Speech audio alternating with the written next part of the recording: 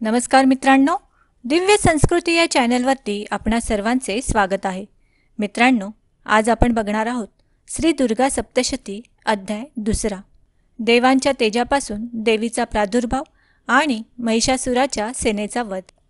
या मध्यम चरित्राचा विष्णू हा ऋषी आहे, महालक्ष्मी ही देवता आहे, उष्णिक हा छंद आहे, शाकंभरी ही शक्ती आहे, दुर्गा हे बीज आहे, वायू हे तत्व आहे आणि यजुर्वेद हे स्वरूप आहे. श्री महालक्ष्मीची कृपा व्हावी म्हणून मध्यम चरित्राचा पाठ करताना याचा विनियोग करावा. कमळाच्या आसनावर बसलेल्या प्रसन्न वदनाच्या महिषासुरमर्दनी भगवती महालक्ष्मीची मी भक्ती करतो. तिने आपल्या हातात अक्षमाला, परशु, गदा, बाण, वज्र, पद्म, धनुष्य, कुंडिका, कमंडलू, दंड, शक्ती, खडग, ढाल, शंख, घंटा, मधुपात्र, शूल, पाश व चक्र धारण केले आहे.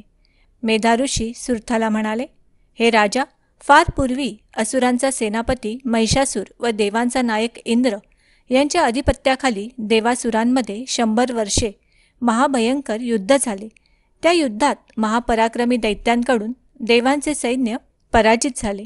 सर्व देवांना जिंकून महिषासूर स्वतः इंद्र झाला.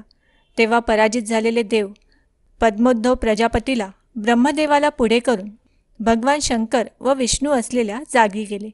देवांनी महिषासुराचा पराक्रम व आपल्या पराजयाचा संपूर्ण वृत्तांत त्या दोन्ही देवेश्वरांना सविस्तर सांगितला. ते म्हणाले, भगवान, महिषासुराने सूर्य, इंद्र, अग्नी, वायू, चंद्र, यम, वरुण व अन्य देवांचे अधिकार बळकावून स्वतःकडेच घेतले आहेत.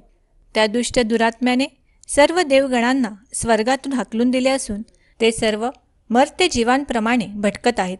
हे भगवान, देवांचे शत्रू असलेल्या दैत्यांची सर्व दुष्कृत्ये आम्ही सांगितली आहेत. आम्ही तुम्हाला शरण आलो आहोत, तरी महिषासुराचा वध करण्याचा काही विचार करा. याप्रमाणे देवांची निवेदने ऐकून भगवान मधुसूदन म्हणजेच विष्णू व शंकर यांना भयंकर संताप आला. त्यांच्या भुवया वक्र झाल्या, मुखचर्या भयंकर दिसू लागल्या. क्रोधाने खदखदलेल्या चक्रपाणी विष्णूंच्या, ब्रह्मदेवाच्या आणि शंकराच्या मुखातून महान तेज बाहेर पडले. त्याचवेळी इंद्रादिक देवांच्या शरीरातूनही महान तेज निघाले. ते सर्व एकरूप झाले. महान तेजाचा तो पुंज ज्वलंत पर्वतासारखा दिसू लागला. देवांना त्याच्या ज्वालांनी सर्व दिशा व्याप्त झाल्या आहेत असे दिसले. त्या तेजोराशीचे एका स्त्रीत रूपांतर झाले. तिच्या प्रभेने त्रैलोक्य व्यापून गेले. भगवान शंकराच्या मुखातून निघालेल्या तेजाने त्या देवीचे मुख बनले. यमाच्या तेजाने तिच्या मस्तकावरील केस बनले. भगवान विष्णूंच्या तेजाने तिचे बाहू बनले. चंद्राच्या तेजाने दोन्ही स्तन, इंद्राच्या तेजाने मध्यभाग, वरुणाच्या तेजाने पोटऱ्या व मांड्या आणि पृथ्वीच्या तेजाने नितंब भाग बनला. ब्रह्मदेवाच्या तेजाने दोन्ही चरण, सूर्याच्या तेजाने पायांची बोटे, वसूंच्या तेजाने हातांची बोटे आणि कुबेराच्या तेजाने नाक बनले. प्रजापतीच्या तेजाने दात, अग्नीच्या तेजाने तिन्ही नेत्र, संध्येच्या तेजाने दोन्ही भुवया आणि वायूच्या तेजाने तिचे कान निर्माण झाले. अशाच प्रकारे अन्य देवांच्या तेजापासून तिचा एक एक अवयव निर्माण होऊन त्या कल्याणमयी देवीची उत्पत्ती झाली. साक्षात तेजोराशीच अशी ती देवी पाहून महिषासुराकडून संत्रस्त झालेले देव आनंदित झाले. त्यावेळी पिनाक नामक धनुष्य धारण करणाऱ्या भगवान शंकरांनी आपल्या शूलातून त्यांच्या अंशापासून दुसरा अंश निर्माण करून तिला दिला. भगवान श्रीकृष्णांनीही आपल्या चक्रातून दुसरे चक्र निर्माण करून त्या भगवती देवीला दिले. वरुणाने शंख दिला, अग्नीने शक्ती दिली व वायूने धनुष्यासह बाणांनी भरलेले भाते दिले. देवांचा राजा इंद्र याने वज्रातून दुसरे वज्र निर्माण करून दिले. तसेच ऐरावत हत्तीवरून उतरवून एक घंटाही दिली. यमाने आपल्या कालदंडातून एक दंड दिला. वरुणाने पाश दिला. प्रजापतीने अक्षमाला दिली व ब्रह्मदेवाने कमंडलू दिला. सूर्याने तिच्या रोमकूपांमध्ये तिच्या केसांच्या मुळाशी असलेल्या छिद्रात आपल्या किरणांचे तेज भरले. काळाने निर्मळ ढाल व तलवार दिली. क्षीरसागराने उज्ज्वल हार व कधीही जीर्ण न होणारी वस्त्रे दिली. त्याचबरोबर त्याने दिव्य चुडामणी, कुंडले, कडी, तेजस्वी चंद्रकोर, दंडात घालण्यासाठी वाकी, दोन्ही चरणांसाठी विमल असे पैंजण, तसेच गळ्यात घालण्यासाठी उत्तम साखळी आणि हातांच्या सर्व बोटात घालण्यासाठी रत्नजडित अंगठ्या दिल्या. विश्वकर्म्याने अत्यंत निर्मळ असा परशू दिला. त्याचबरोबर अनेक प्रकारची शस्त्रे, अभेद्य कवच, तसेच मस्तकावर व छातीवर धारण करण्यासाठी कधीही न कोमेजणाऱ्या अशा कमळांच्या माळाही दिल्या. समुद्राने अतिशय सुंदर असे कमळ दिले. हिमालयाने वाहन म्हणून सिंह दिला व नानाविध रत्ने दिली. धनपती कुबेराने मद्याने भरलेले पानपात्र दिले, जो सर्व नागांचा मुख्य आहे, आणि ज्याने ही पृथ्वी धारण केली आहे त्या शेषाने बहुमूल्य मण्यांनी विभूषित असा नागहार दिला. इतर देवांनीही नानाविध आभूषणे व आयुधे देऊन त्या देवीचा सन्मान केला. तेव्हा ती देवी मोठमोठ्याने पुन्हा पुन्हा विकटहास्ययुक्त गर्जना करू लागली. त्या भयंकर नादाने सारे आकाश दुमदुमले. त्या प्रचंड ध्वनीचा, सिंहनादाचा प्रतिध्वनीही मोठा झाला. त्याने सर्व लोकांमध्ये मोठी खळबळ, घबराट निर्माण झाली. समुद्र शुब्ध झाले, पृथ्वी डोलू लागली, सर्व पर्वत डगमगले. त्यावेळी अत्यंत आनंदित झालेले देव त्या सिंहवादिनी देवीचा जय जयकार करू लागले. त्यांच्या समवेत आत्मरूपाच्या प्रत्यक्ष मूर्तीच असे मुनिजनही भक्तिभावाने विनम्र होऊन तिची स्तुती करू लागले. त्या समयी संपूर्ण त्रैलोक्य शुद्ध झालेले पाहून देवांचे शत्रू असलेले दैत्य आपली समस्त सेना सुसज्ज करून आयुधे सरसावून एकदम चाल करून आले. महिषासुरही हे काय चालले आहे असे आश्चर्य व्यक्त करीत संतप्त झाला. तो सर्व दैत्यांच्या मध्ये राहून देवीने केलेल्या सिंहनादाच्या रोखाने धावला. त्याने आपल्या तेजाने सर्व त्रैलोक्य व्यापणाऱ्या त्या देवीला पाहिले. तिच्या चरणांच्या भाराने भूमी दबली जात होती. तिच्या मस्तकावरील मुकुटाने आकाशात तेजाची रेखा उमटली होती. ती आपल्या धनुष्याच्या टणत्काराने सर्व सप्तपातळांना प्रक्षुब्ध करीत होती आणि आपल्या हजारो भुजांनी सर्व दिशा व्यापून उभी होती. त्यानंतर देवद्वेष्ट असुरांचे त्या देवीबरोबर युद्ध सुरू झाले. त्यावेळी नाना प्रकारच्या अस्त्र शस्त्रांच्या प्रहाराने अंतरिक्ष, वातावरण झगझगीत झाले. चिक्षुर नावाचा महादैत्य महिषासुराचा सेनापती होता. तो देवीशी युद्ध करू लागला. चामर दैत्य अन्य असुरांची चतुरंग सेना घेऊन आणि उदग्र नावाचा दैत्य 60,000 रथ घेऊन देवीशी लढू लागला. महाहानू नावाचा दैत्य 1 कोटी सैन्य घेऊन युद्ध करू लागला. तर असिलोमा नामक महादैत्य 5 कोटी रथींसमवेत युद्धास ठाकला. बाष्कल नावाचा दैत्य 60 लक्ष असुर सेनेसह युद्धभूमीवर लढू लागला. तर परिवारित नावाचा असुर हत्ती व घोडे यांची हजारोंची फौज घेऊन युद्धास प्रवृत्त झाला. त्याच्याबरोबर एक छोटी रथही होती. त्यावेळी बिडाल नावाचा दैत्यही 5 कोटी रथ घेऊन देवीशी युद्ध करू लागला.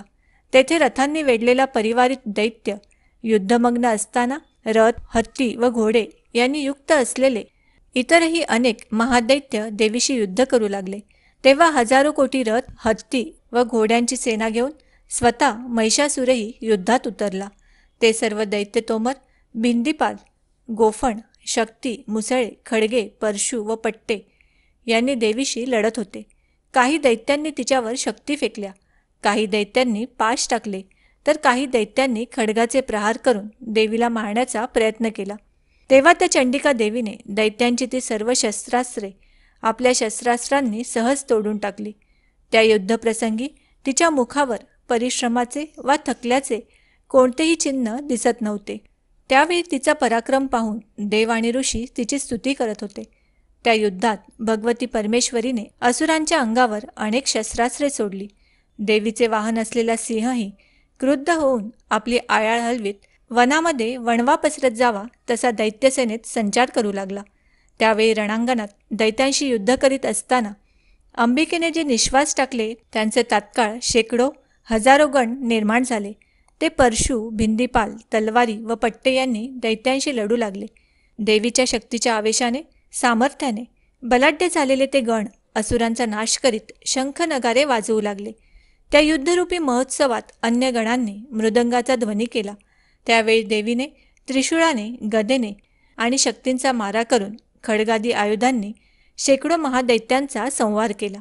तिने कित्येक दैत्यांना घंटेच्या भयंकर नादाने मूर्छित पाडले. कित्येक दैत्यांना पाशबद्ध करून जमिनीवर पाडून खेचले. कित्येकांचे तीक्ष्ण खडगाने 2 तुकडे केले. तसेच आणखी काहीतरी गदेने ठेचून धराशायी केले. त्यावेळी देवीच्या मुसळाच्या तडख्यांनी अत्यंत जखमी झालेले कित्येक दैत्य रक्त ओकू लागले. कित्येक दैत्य शूलाघाताने छाती फाटून जमिनीवर मरून पडले, तर कित्येक दैत्य तिच्या शरवर्षावाने रणांगणात मृत्युमुखी पडले.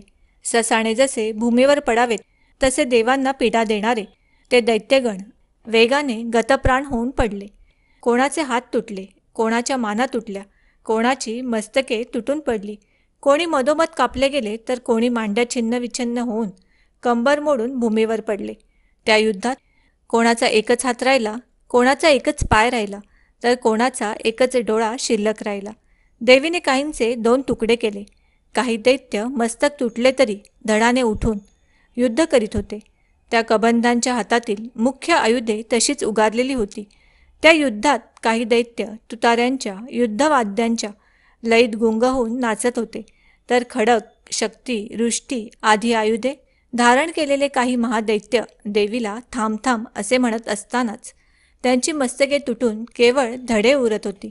ज्या ठिकाणी ते महाभयंकर युद्ध होत होते तेथे देवीने पाडलेले रथ, हत्ती, घोडे व दैत्यांची कलेवरे यामुळे चालणे फिरणेही अशक्य झाले होते. तेथे दैत्य सेनेतील हत्ती, घोडे व असुरांच्या शरीरातून झालेल्या प्रचंड रक्तपातामुळे रुधिराचे नदीसदृश पाट वाहत होते. ज्याप्रमाणे गवत व लाकूड यांचा मोठा ढीग अग्नी नष्ट करतो, त्याप्रमाणे अंबिकेने दैत्यांचे ते विशाल सैन्य क्षणार्धात नष्ट केले. त्यावेळी क्रोधाने आयाळ पिंजारलेला तिचा सिंह दैत्यांच्या शरीरातील प्राणच निघून जातील अशी प्रचंड गर्जना करीत होता. त्या रणांगणावर देवीच्या गणांनी दैत्यांशी असे भयंकर युद्ध केले की स्वर्गातील देव संतुष्ट होऊन त्यांच्यावर पुष्पवृष्टी करू लागले. याप्रमाणे श्री मार्कंडेय पुराणातील सावर्णिक मन्वंतरातील देवी महात्म्य कथेतील महिषासूर सैन्यवध नावाचा 2रा अध्याय पूर्ण झाला. श्री दुर्गा दैवे नमः. श्री दुर्गा दैवे नमः. श्री दुर्गा दैवे नमः. श्री दुर्गा दैवे नमः. श्री दुर्गा दैवे नमः. श्री दुर्गा दैवे नमः.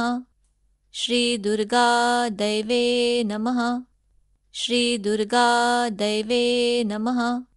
श्री दुर्गा दैवे नमः. श्री दुर्गा दैवे नमः. श्री दुर्गा दैवे नमः.